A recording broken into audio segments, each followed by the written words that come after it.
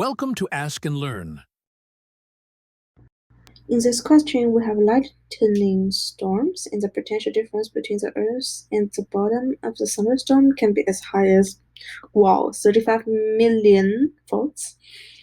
Okay, so we're pretty much trying to model the sky and the Earth as a huge capacitance. Capacitor, the difference is 3.5 times 10 to the 7th volt, and the bottom storm are typically 100.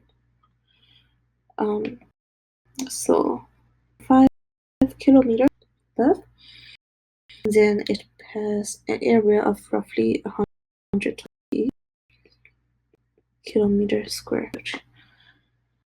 Modeling it as a huge capacitor, and then we want to calculate A, what is a capacitance, and B, what is a charge, C, what is energy.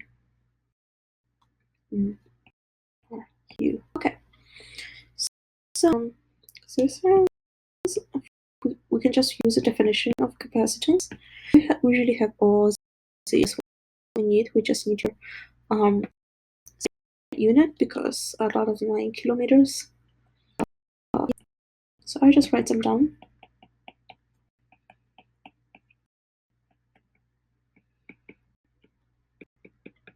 And use 6 meters squared over 1.5 times 10 to the third meter. So that is 7.08 times 10 to the negative 7 farad. And then we have Q, which is C times V, and V is this. So we can just use 7.8 times 10 to the negative 7 farad times 3.5 times 10 to the 7th volt. So that gives us 24.78.